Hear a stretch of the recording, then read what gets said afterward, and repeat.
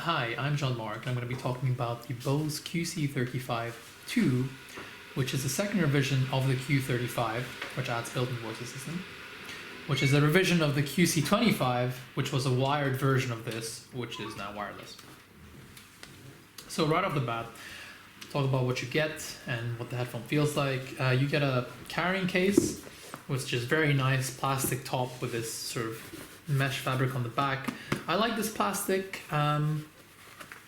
Feels like it's gonna withstand a bit more abuse than the Sony WH1000 X's, which has a fabric top sort of thing.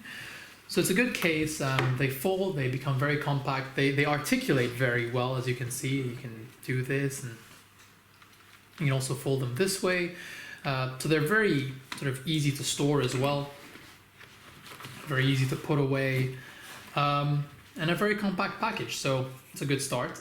It comes with a micro USB charging cable, which is a bit iffy considering that everyone's moved on to USB-C, but again, small issue, but it doesn't really affect the functionality in the end. And you get a 3.5mm jack to use them when they run out of battery, which you can. Now, in terms of the design, the build quality is good. They're very lightweight for sure. Again, I like the use. Well, I like the protein leather they're using on their pads. Not maybe the best. I mean, I've seen sort of leather which is a bit more convincing, which has less of this sort of slight stickiness that you get. So over time, these might get a bit sweaty. Probably might want to think of replacing them over the years, but that's been my experience with previous Bose headphones. And the top padding over here is actually like it's an Alcantara with sort of the same nano leather, the same leather on top. Again, this is slightly worrying, this over here, just because as you sweat over time, this is probably going to get stained dark, especially with the silver version. So again, just a thought that maybe the pads on this might need some TLC or some attention in a few years' time, but that's just how they are. The plastic used on them is very good. It actually almost has a bit of a metallic sheen to them, so when you pick them up, it feels a bit cold, which is good. Adds that premium feel, even though, as I said, the lightness is definitely a bit more heft would have been great. But overall, I mean, very, very well built. Nothing creaks. They feel like they could probably stand up to some abuse if it wasn't for this little, Alcantara stain. In terms of their comfort, putting them on, they are again very comfortable. They have that same design that many sort of consumer headphones that are noise cancelling seem to adopt. So did the Sony WH1000 X's, which is this sort of flat-ish top and then curved sides, so it hugs your head and doesn't really hotspot up top. And they're comfortable. I mean, the cups could stand to be just maybe ever so slightly bigger because my ear does sort of touch the inner bit of it. But again, overall comfort, I can definitely imagine wearing these for a long time just because of that lightweight. So now onto the sound quality and performance. The first thing I'm going to talk about is the sound quality. And with this pair, there is a difference when switching between the cable, when it's powered off, to when it's actually powered on with the cable and then using Bluetooth. So let's talk about it powered on, as I'm guessing this is how people are going to use it most of the time until they run out of battery. The bass is definitely less accentuated than something like the W1000X's. It's a little bit more controlled. It has good punch. There is ever so slight roll off in the sub bass, surprisingly actually, which you wouldn't see on too many consumer closed backs, as they tend to be boosted in that area. Things like the Bars and Wilkins P7s have tons of sub bass, whereas these almost seem to be a bit subdued. Slight mid bass hump, but again, surprisingly controlled, surprisingly neutral, which is good. It sort of calls more attention to the upper registers rather than the bass, which is what most consumer headphones tend to do. So it's actually, quite good in that regard. Moving on to the mids though, there is something which catches my attention, which I find to be a slight drawback of the QC35, which is that the lower mids, whilst being quite neutral, have this weird coloration as they progress to the upper mids.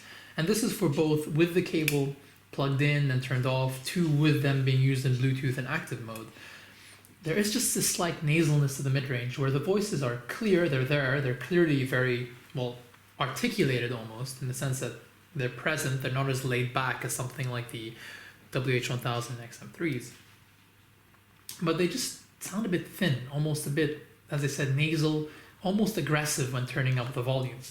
And when listening at quieter levels, such as in a library or something similar, or on a quiet train, that might be good because it helps with sort of bringing the vocal presence up at low volumes. But as you start winding up the volume, it just starts to get a bit shouty and a bit nasal, really.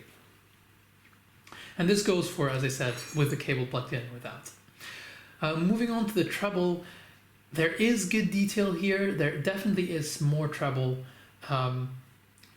than the WH-1000X's. Sorry, I know this seems like a comparison to that, but I mean, it's its main competitor now, so it's good to have a reference point, really. The treble energy is good. It's definitely slightly accentuated in the sort of mid to lower treble to give it that bit of sparkle and that sense of detail. And again, it's good depending on the type of music. If you're listening to something like acoustics, the shimmer of guitars is a bit more present here. It sounds a bit more spacious and open.